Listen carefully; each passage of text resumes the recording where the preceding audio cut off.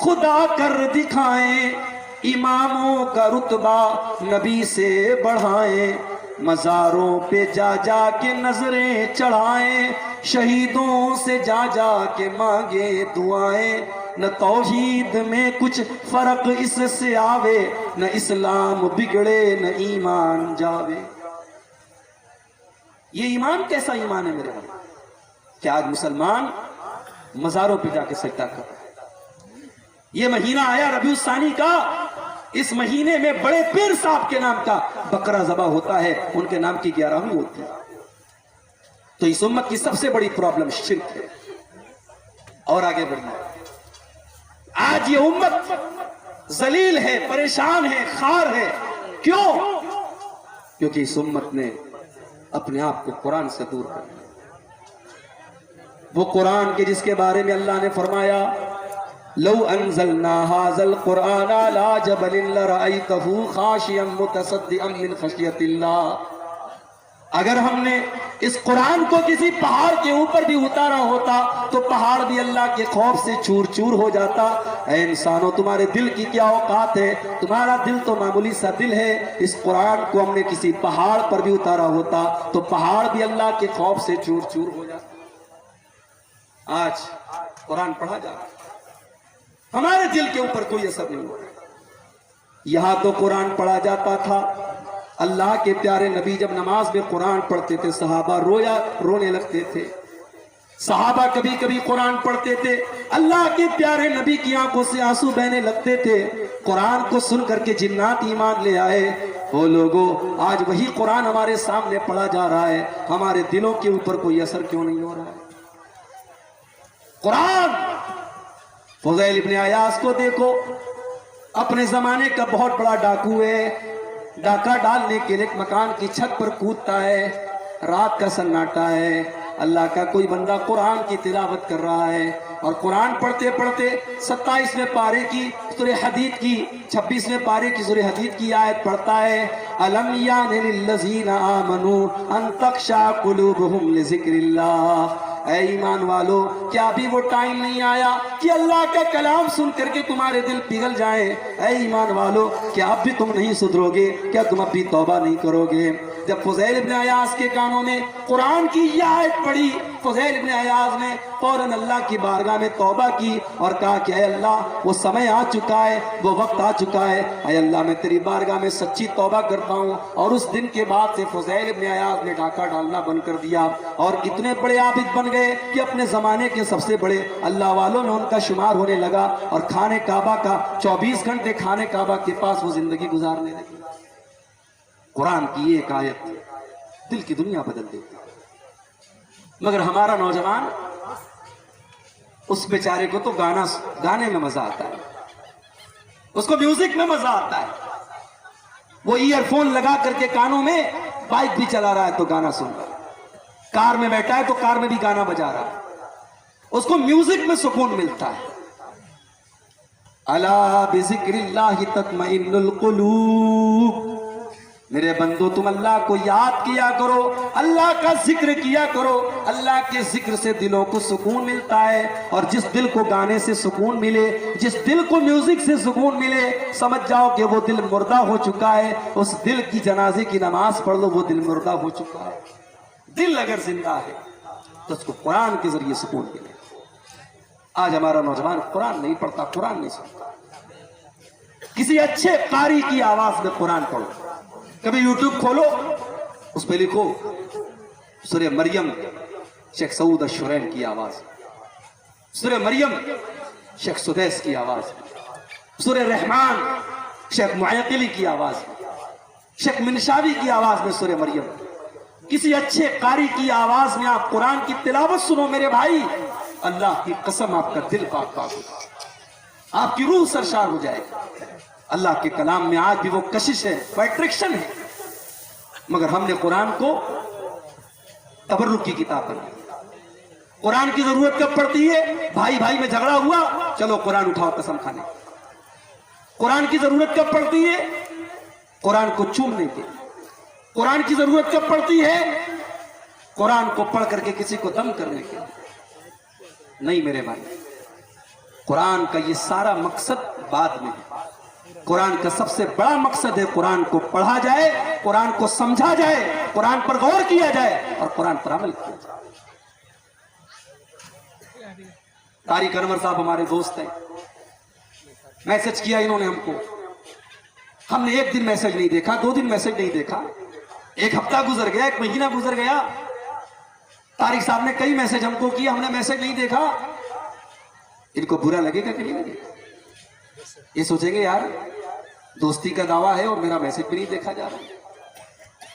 What's app پر کوئی دوست message کرے اور ہم واٹس ایپ کھولیں اور دنیا بھر کے میسج چیک کریں اور اپنے دوست کا میسج چیک نہ کریں تو دوست تو ناراض ہو جائے گا نا. قرآن اللہ کا میسج ہے, قرآن اللہ کا میسج ہے اور وہ میسج ہمیں ملا ہے میرے بھائی. یہ میسج ہمیں ملا ہے اور یہ اس لیے ملا ہے کہ اس میسج کو ہم پڑھیں اور دنیا کو یہ میسج پڑھ کے سنائیں, مگر ہم خود نہیں پڑھتے. کل قیامت کے دن اللہ کی عدالت میں ہمارا گریبان پکڑا جائے گا میرے بھائی. اللہ کے پیارے نبی ہمارا گریبان پکڑیں گے اور کہیں گے وقال الرسول یا ربی ان قوم اتخذوا هذا القرآن مہجورا. اللہ کے رسول کہیں گے اے اللہ میری قوم نے قرآن کو چھوڑ دیا تھا, اے اللہ میری قوم قرآن کو نہیں پڑھتی تھی. موبائل پر میں واٹس ایپ کا میسج تو 50 بار چیک کرتی تھی, موبائل پر میسج تو 50 بار چیک کرتی تھی, اے اللہ تیرا میسج یہ کبھی کھول کر کے نہیں دیکھتے. آدھا گھنٹہ کے صبح دکان کھولنے جاتے ہو, آدھا گھنٹہ بیٹھ کے تلاوت کرو. صبح نوکری پہ جا رہے ہو, جانے کے پہلے 15 منٹ قرآن کی تلاوت کرنے میرے پاس. دن بھر فرصت نہیں ملتی, رات میں آؤ کھانا کھاؤ. آج تو موبائل پر بھی قرآن موجود ہے, موبائل پر 10 منٹ کے ٹائم نکالو, تھوڑا سا قرآن پڑھ دو, تھوڑا سا ترجمہ پڑھ دو. وَلَقَدْ يَسَّرْنَا الْقُرْآنَ لِلذِّكْرِ فَهَلْ مِن مُدَّكِرٍ.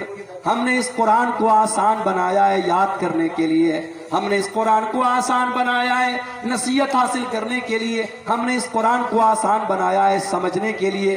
فَهَلْ مِن مُدَّكِرٍ. کیا ہے کوئی قرآن کو سمجھنے والا, کیا ہے کوئی قرآن سے سبق حاصل کرنے والا؟ تو یہ امت قرآن سے دور, یہ امت نماز سے بھی دور ہے. مسجد کے لیے جلسہ ہو رہا ہے, مسجد بن بھی جائے گی انشاءاللہ, مگر آج مسجدوں کا حال کیا ہے؟ جلسے میں آ رہے ہیں 1000 لوگ, فجر تک سب گاؤں میں رہتے بھی ہیں, لیکن فجر کی نماز میں کتنے لوگ ملیں گے؟ 20 لوگ, 25 لوگ, 10 لوگ, 15. حی علی الصلاۃ کی آواز آ رہی ہے, مسلمان کا کاروبار نہیں بند ہو رہا ہے. سعودی عرب میں بہت کچھ بدل رہا ہے, مگر ایک چیز نہیں بدلی ہے وہاں. لوگوں کو سعودی عرب کی برائیاں نظر آتی ہیں, برائیاں کہاں نہیں ہیں میرے بھائی. دنیا بدل رہی ہے, سعودی عرب بھی بدل رہا ہے, مگر ایک چیز آج بھی سعودی عرب کے لوگ. آج سے 5 سال پہلے جب مجھے سعودی عرب جانے کا موقع ملا 2017 میں, مدینہ کے اندر مسجد نبوی سے واکنگ ڈسٹنس پر, تھوڑی دور پر ایک دکان پر میں نقاب خرید رہا تھا. میری اہلیہ نے فون کیا تھا نقاب لینا ہے, نقاب لے رہا تھا. نقاب میں پسند بھی کر چکا تھا, ریٹ بھی طے ہو چکا تھا. مسجد نبوی سے کے لاؤڈ اسپیکر سے اذان کی آواز آنے لگی, اللہ اکبر اذان کی آواز. دکاندار نے فوراً کہا بھائی صاحب نماز کے بعد ہے. میں نے کہا یار 5 منٹ کا کام ہے, نقاب پسند ہو چکا ہے, پیسہ دیتا ہوں میں, سودا طے ہو چکا ہے, لے لو. اس نے کہا نہیں, اذان ہو گئی ہے, اب میں سودا نہیں کر سکتا, اب کوئی ٹرانزیکشن نہیں کر سکتا, اذان ہو چکی ہے, اب آپ جائیے نماز پڑھ کے آئیے, میں ملوں گا آپ کو. اللہ کی قسم میرا دل پاک پاک, مجھے لگا کہ اسلام ابھی زندہ ہے, ایمان ابھی زندہ ہے. یہی ہونا چاہیے میرے بھائی. آپ کی تجارت, آپ کا کاروبار, آپ کی دکان, آپ کی بزنس اللہ کے ذکر سے بڑا نہیں ہے, نماز سے بڑا نہیں ہے. آج ہم لوگ اپنے کاروبار کو بنیاد بنا کے نماز سے دور ہیں. رجال اللہ تلہیہم تجارت ولا بیع عن ذکر اللہ. اللہ کے نیک بندے تو وہ ہوتے ہیں کہ اللہ کا ذکر اور نماز ان کے کاروبار کو تو بند کر سکتا ہے, لیکن ان کا کاروبار ان کو نماز سے نہیں روکتا, ان کی تجارت ان کو نماز سے نہیں روکتی. آج کا مسلمان نماز سے دور.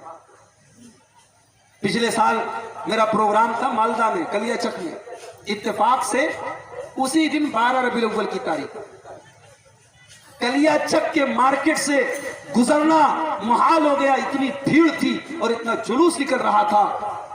کس کا جلوس نکل رہا تھا بھائی؟ نبی کے عاشقوں کا، نبی کے چاہنے والوں کا۔ بڑے بڑے ڈی جے لگا کر کے ہم محبت رسول کا ڈھڈورا پہ، جس نبی نے اپنی ذات سے کبھی کسی کو تکلیف نہیں پہنچائی، اس نبی کی محبت کے نام پر آج ہم سڑکوں کو جانتے ہیں۔ کتنے مریض بیچارے پھنسے تھے، کتنی ایمبولینس پھنسی تھی، لیکن مسلمان اپنے جشن منانے میں بزی ہے۔ نبی کی محبت میں جلوس منانے اور جشن منانے والے مسلمانوں کو کوئی یہ کیوں نہیں بتاتا کہ جس نبی سے تم محبت کا دعویٰ کرتے ہو، اس نبی کو اپنی جان سے بھی زیادہ پیاری ایک چیز تھی، نماز۔ وہ نبی نماز سے اتنی محبت کرتے تھے، اتنی محبت کرتے تھے، اللہ کے نبی کہا کرتے تھے جعلت قرۃ عینی فی الصلاۃ، نماز میری آنکھوں کی ٹھنڈک ہے۔ نماز کا ٹائم ہوتا تھا، اللہ کے پیارے نبی حضرت بلال سے کہتے تھے یا بلال ارحنا بالصلاۃ، اے بلال جلدی سے اذان دے دو، محمد کو سکون پہنچا دو، نماز کے ذریعے میرے دل کو سکون پہنچا دو۔ اللہ کے نبی کو نماز کے ذریعے سکون ملا کرتا تھا۔ اپنے آخری ٹائم بھی اللہ کے پیارے نبی اپنی امت کو یہ وصیت کر کے گئے تھے الصلاۃ الصلاۃ وما ملکت ایمانکم، او لوگو نماز کی پابندی کرنا، او لوگو نماز کا خیال کرنا، نماز کو مت چھوڑنا، اپنے غلاموں کا خیال رکھنا، اپنے نوکروں کا خیال رکھنا اور نماز کا خیال رکھنا۔ نماز کوئی معمولی عبادت نہیں ہے۔ روزہ زمین پر فرض ہوا، زکوٰۃ زمین پر فرض ہوئی، حج زمین پر فرض ہوا، نماز آسمان پر فرض ہوا، نماز کا حکم آسمان پر ہوا۔ اس میں اشارہ ہے اس بات کی طرف کہ اے مومن، اگر تو اللہ والا بننا چاہتا ہے، تو اللہ کے اونچا مقام پانا چاہتا ہے، تو نماز کی پابندی کر، تو بغیر نماز کے اللہ والا نہیں بن سکتا۔ مسجد تو بنا لی شب بھر میں ایمان کی حرارت والوں نے، من اپنا پرانا پاپی تھا برسوں میں نمازی بن نہ سکا۔ یہ امت نماز سے بھی دور، یہ امت اپنے نبی کی سنت سے بھی دور۔ نماز پڑھ رہی ہے، کیسے پڑھ رہی ہے؟ جیسے باپ دادا پڑھا، کوئی سینے پر ہاتھ باندھ رہا ہے، کوئی نیچے باندھ رہا ہے، کوئی ناپ پر باندھ رہا ہے، یہ جاننے کی کوشش نہیں کہ نبی کا طریقہ کیا۔ یہ امت سنت سے دور ہے، اور اسی لیے آج اس امت کے اندر طرح طرح کا اختلاف ہے۔ اتنا اختلاف ہے، اتنا اختلاف ہے کہ ربیع الاول کا مہینہ آیا، ایک بڑا بینر میں نے دیکھا سوشل میڈیا کے اوپر، فیس بک کے اوپر بینر پہ لکھا تھا وہابی، اور ساتھ میں گالی لکھی، وہابی کے نام کے ساتھ گالی لکھی۔ اتنی نفرت۔ شادی کے کارڈ میں، باقاعدہ شادی کے کارڈ میں چھاپا جاتا ہے یہ شادی فلاں فلاں مسلک کی ہے، اس میں فلاں فلاں مسلک کے لوگ نہ آئے۔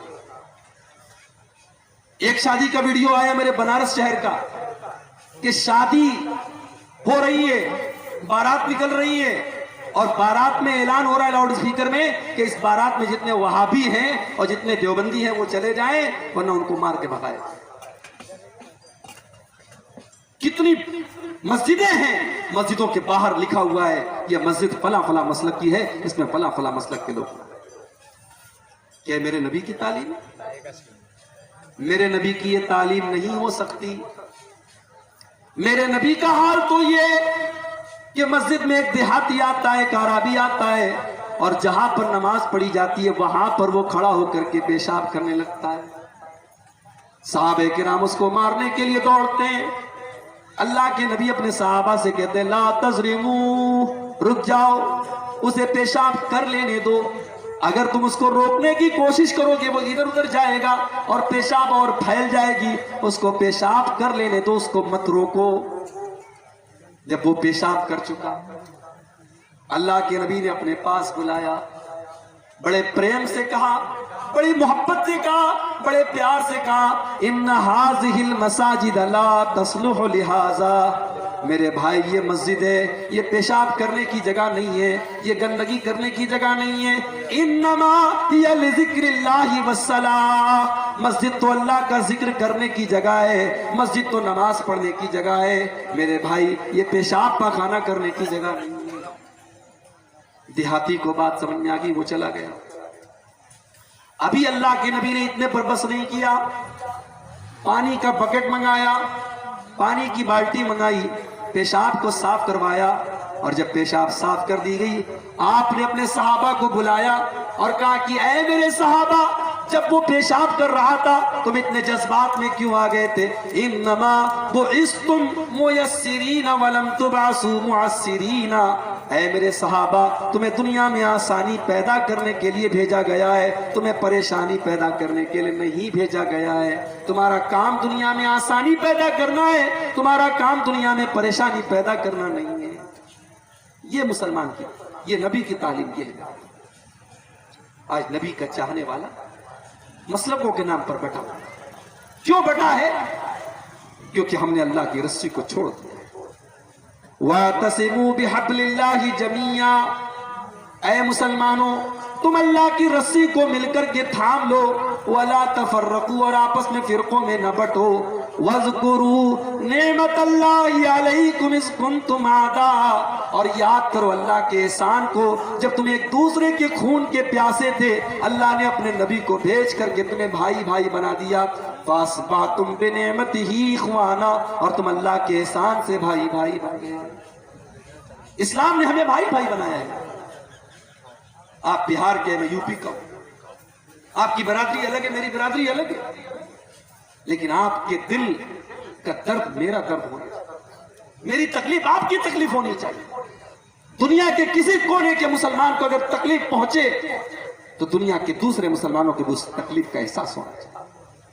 اللہ کے پیارے نبی فرماتے ہیں مثل المؤمنین فی توادہم وتعاطفہم وتراحمہم کمثل الجسد الواحد، اے مسلمانوں تم ایک دوسرے کے اتنے ہمدرد بنو، اتنی محبت کرو ایک دوسرے سے، کمثل الجسد الواحد، جیسے انسان کا شریر ہوتا ہے، اذ اشتکا منہ عضو تداعی لہ سائر الجسد بالسہر والحمى، اگر بدن کے اندر کہیں پر بھی تکلیف ہوتی ہے پورا بدن بے چین ہو جاتا ہے، پورا شریر بے چین ہو جاتا ہے۔ اے مسلمانوں تم ایک دوسرے کے اتنے ہمدرد بنو، اتنی محبت کرنے والے۔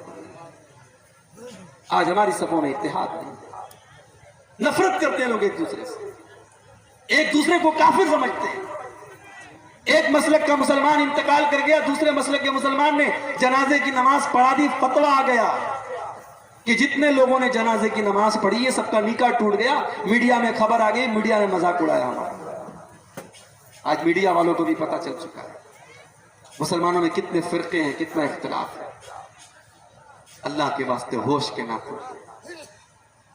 آج ایک مسلک کا مسلمان گرفتار ہوتا ہے، اس کو پھنسایا جاتا ہے، اس کے خلاف سازش کی جاتی ہے، دوسرے مسلک کا مسلمان فیس بک پر تالی بجاتا ہے، مٹھائی بانٹنے کی بات۔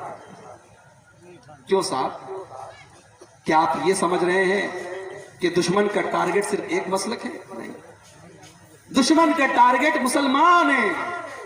آج ایک مسلک کی باری آئی ہے، کل دوسرے کی باری آئے گی، نمبر سب کا آئے گا اگر ہم نے ہوش کے ناخن نہیں۔ اتحاد پیدا کرو، یونٹی پیدا کرو میرے بھائی۔ چھوٹی چھوٹی کمیونٹی ہے اس ملک میں، جین مذہب کے ماننے والے تھوڑے سے ہیں، سکھ مذہب کے ماننے والے تھوڑے سے ہیں۔ آج بڑے بڑے گرودوارے چل رہے ہیں، ہزاروں لاکھوں لوگوں کو لنگر میں کھانا دیا جا رہا ہے۔ کبھی آپ نے سنا کہ کسی گرودوارے میں کوئی گھپلا ہوا، کوئی کیس ہوا، کوئی کورٹ کچہری میں گیا؟ مسجدوں میں کیس چل رہا ہے، مدرسوں میں کیس چل رہا ہے۔ کیوں؟ ہم چور ہو چکے ہیں، ہم بے ایمان ہو چکے ہیں، ہم فراڈ ہو چکے ہیں۔ مسجدوں کے نام پہ چوری ہو رہی، مدرسوں کے نام پہ چوری ہو رہی، یتیم کا مال ناجائز طریقے سے کھایا جا رہا ہے، بیوہ کے نام پر آئی رقم کھائی جا رہی ہے۔ یہ امت ایسے ہی پریشان نہیں ہے، بڑے مسئلے ہیں اس امت میں۔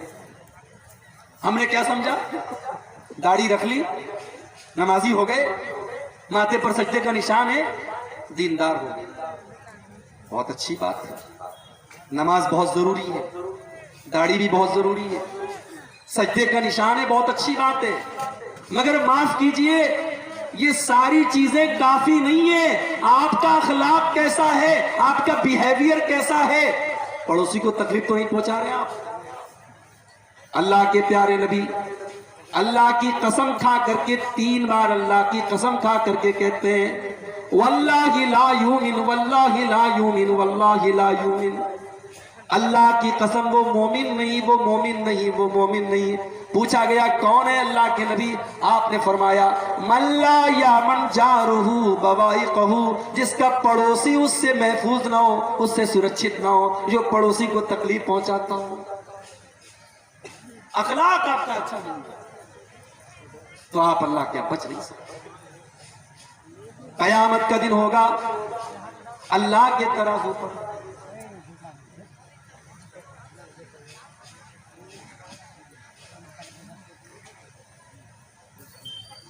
قیامت کا دن ہوگا, اللہ کے ترازو پر سب سے بھاری چیز کون سی ہوگی؟ اللہ کے پیارے نبی فرماتے ہیں ما من شیء یوضع فی المیزان اثقل من حسن الخلق. قیامت کے دن اللہ کے ترازو پر سب سے بھاری چیز اگر کوئی ہوگی تو بہترین اخلاق ہوں گے, اچھے اخلاق ہوں. اخلاق کو اچھا بناؤ میرے بھائی. بھارت میں آج بھی لوگ قرآن نہیں پڑھتے, لوگ حدیث نہیں پڑھتے, لوگوں نے نبی کی سیرت کو بھی نہیں پڑھا, لوگ ہمیں اور آپ کو پڑھتے ہیں.